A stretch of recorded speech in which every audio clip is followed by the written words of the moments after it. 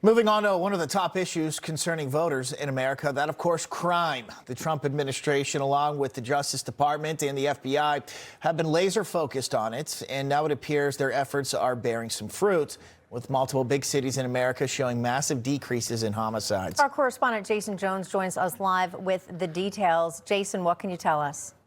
Well, guys, it's good to be with you, and it's nice to report some good news finally, especially on one of the most important topics like this, homicides and the violent crimes we've been seeing across this country. According to Major City Police Chiefs Association, homicides in 2025 dropped by over 17% as a direct result of local, state, federal law enforcement working together and President Trump's initiatives. In 2026, now we've only got the first 3 months of data, but they're down by almost 18%. And then when you look at some of the specifics, right, the devil's always in the details. Some of these cities, like where President Trump surged with local, state, and federal law enforcement, Washington, D.C. example, one of the biggest ones, homicides down by 32%.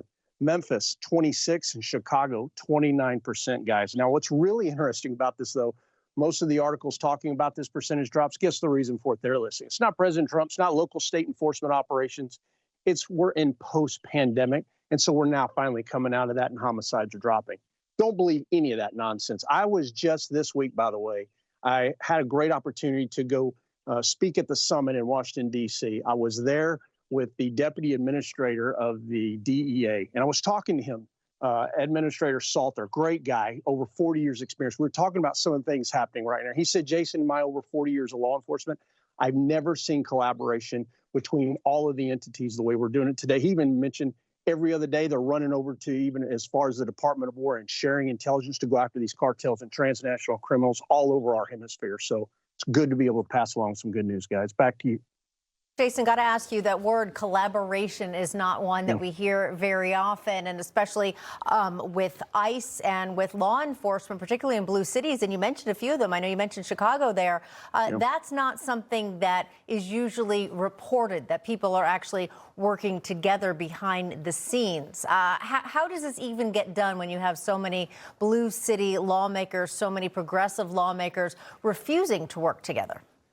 That's well said. Look, I will tell you, beyond the politics, within law enforcement, local, state, and federal, we work together somewhat pretty well, but you still have to have great leadership within the agencies to help drive operations and fund these. Look at what President Trump has done since he's gotten here. He's pushed these federal agents into these cities where they don't have the resources to do what needs to be done. And while you've got these local politicians who, very frankly, don't want to go after transnational criminals, don't want to go after illegal aliens, that's why I also say, while I'm happy to report this crime data on homicides are dropping, that's tremendous. Remember, these sanctuary cities, just as you mentioned, they don't report illegal crimes committed by illegal aliens and on transnational crime.